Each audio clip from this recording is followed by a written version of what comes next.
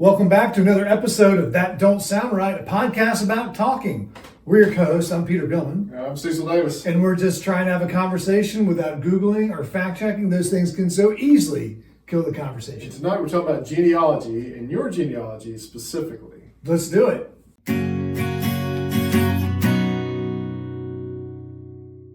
So you recently got back from the country of Sweden. Yes. On a business trip. Right.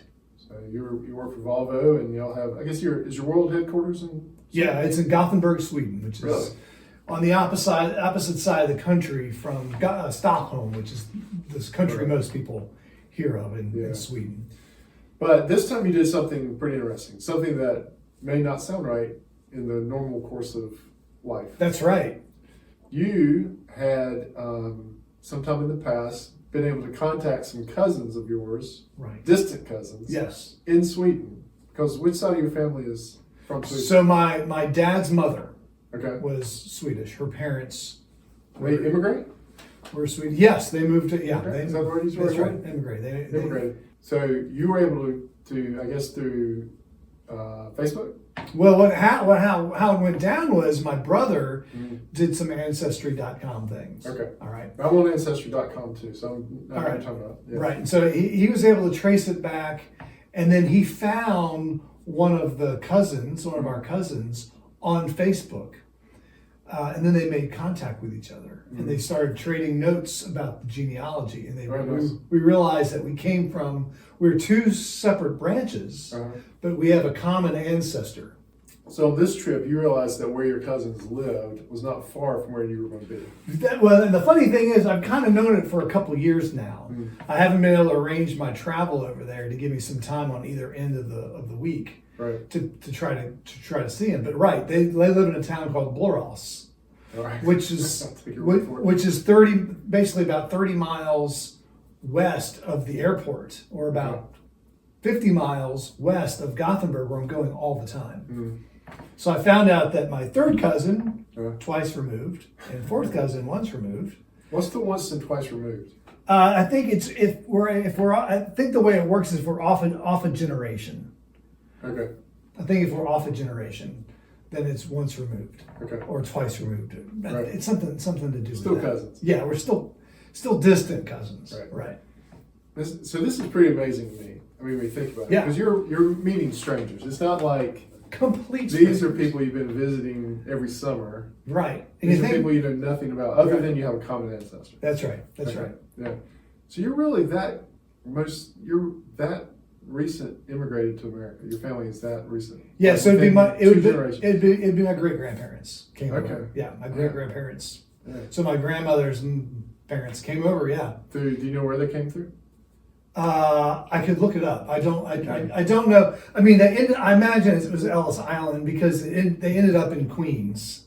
Okay. So I think it's probably safe to assume they came through the port of New York. Okay. All right, man. Walk us through flying over to Sweden and meeting with people that are complete strangers, but you have a common ancestor with. So I left, the typical European flight. You leave in the evening. Do you? Yep, you leave in the evening and you fly overnight. And I have this handy app called Time Shifter, which you've talked about on the show before, right? And it gives you guidance on when to sleep and when to drink coffee and when to expose yourself to bright light. For the end effect is to have no jet lag. And you're a big believer in this thing, man. This trip, I had no jet lag going either way. Wow. Yeah, okay. I had no jet lag going either way.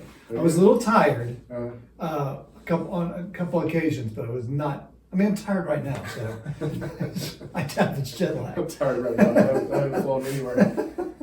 But yeah, so went over there, rented a car, and drove on the Swedish roads. The first time I've ever done that. All right, good. And I really should have studied up on the signs. I'm surprised that was your first time doing that. Yeah, I mean, because when I go over there, it's very difficult to park in around Gothenburg to have a car, and it's 10 times easier just to take the tram to work. Okay. And the transportation is so easy. Do they have Ubers?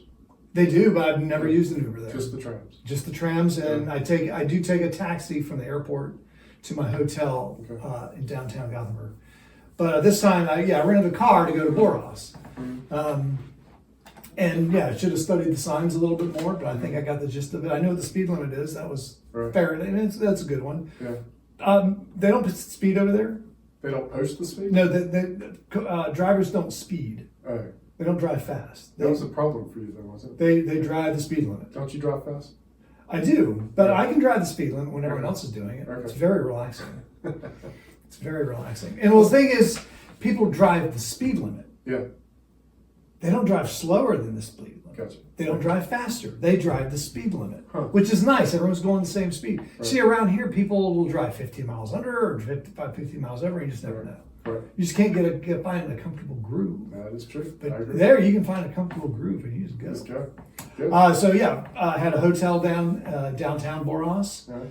I had a nice meal that night. Then the next day, got up, walked around the city in the morning. This is your hometown, right? This is my hometown. No, not actually. It's not my hometown. Yeah. My hometown consists of a barn and a church called Norunga. Norunga is the name of the village. But anyway, we're in Boros. This is where my cousin, my third cousin lives. Got to walk around. It's an old textile town, and there's a nice little river running through it. So I walked around there, and then I went over to. He gave me his apartment number, and I was walking distance from the hotel to the apartment. So walked up there, but I had a hard time figuring out exactly where his room was, and so I was texting his son, and he said, "Come on up the stairs," and the door was open, and they welcomed me in, and long lost cousin, we hugged, and no, they speak English. They do. They speak great English. Yeah, so that was And so we kind of visited for a while. So what did you talk about? Well, what we did was we sat down and they served me a traditional Swedish lunch called smorgasbord. Okay. All right. And it looks like a cake. Okay. All right. But it's not a cake. It's a layer of bread and egg salad and bread and more egg salad and bread. So it's kind of like a huge egg salad sandwich. But on top is lettuce and cold cuts and tomato, like a salad, and some sliced hard-boiled eggs and these little shrimps and mayonnaise. And you just got to cut yourself out a piece, like a piece of cake. Right. It's like a cold casserole. We'd call it a cold casserole. It was great. It was so tasty. It was so tasty. And so to drink, they got out a special drink for us. It's called Påsk musk. All right. Påsk, which means Easter musk.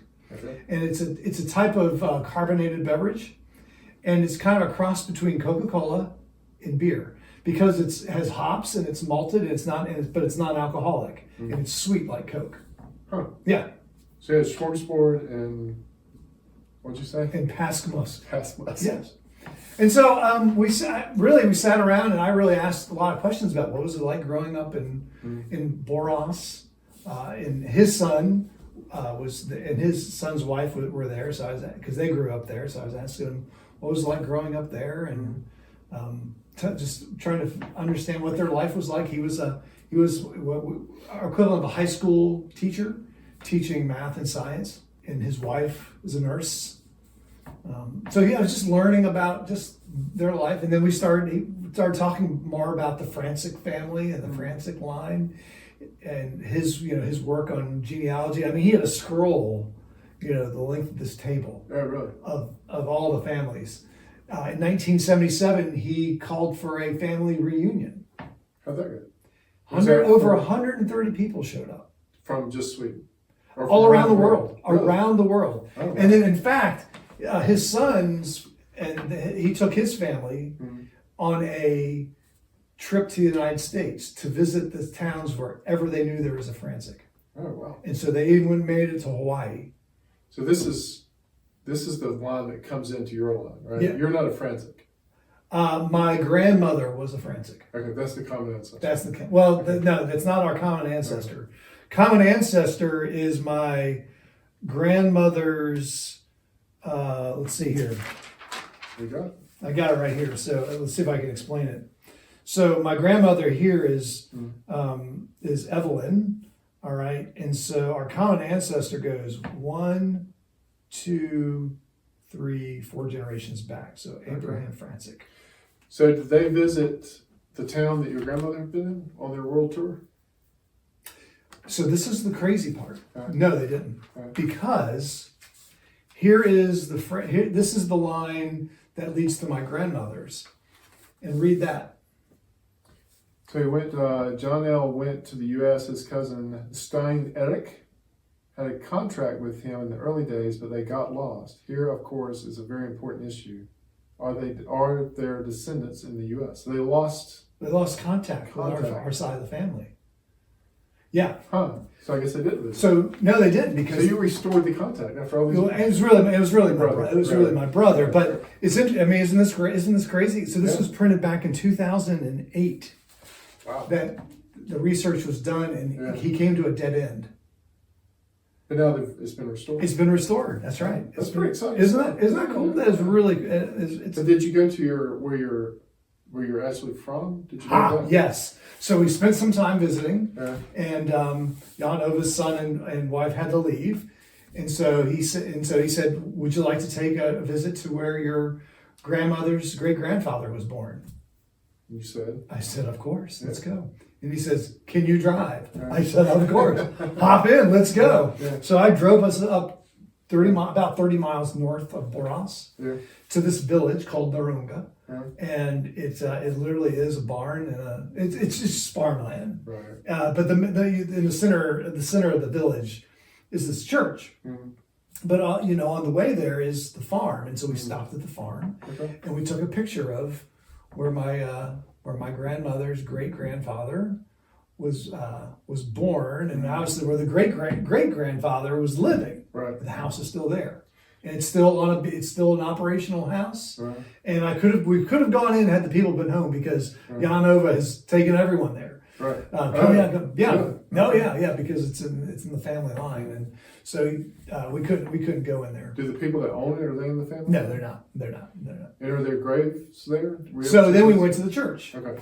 So we went to the church, and we were able to find it was a big gravestone of Carl Gustav Adolf Francis. So that says CWA, yeah. 1842. Yeah. So that's getting on back there. It is getting back there. Yeah, so we found that gravestone and his wife, and then we also saw Anders Johann Vudich Francis. 1818. So you get back to the turn of the century. That's right. We got back to there. So this is going to sound like a joke, but I don't mean it as a joke. Yeah.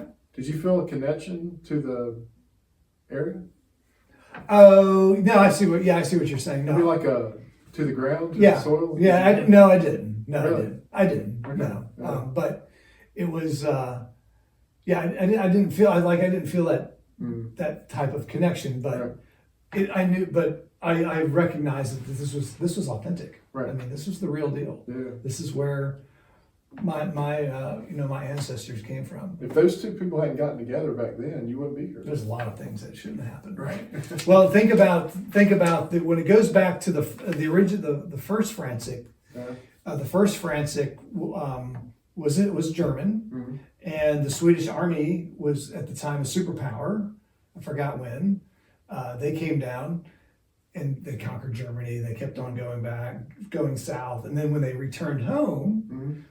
the Francis They decided to join the Swedish army. Oh. He wanted to get on the winning side, and he went back to Sweden, and he moved to this area. That's fun. Yeah, That's pretty cool. it is really cool.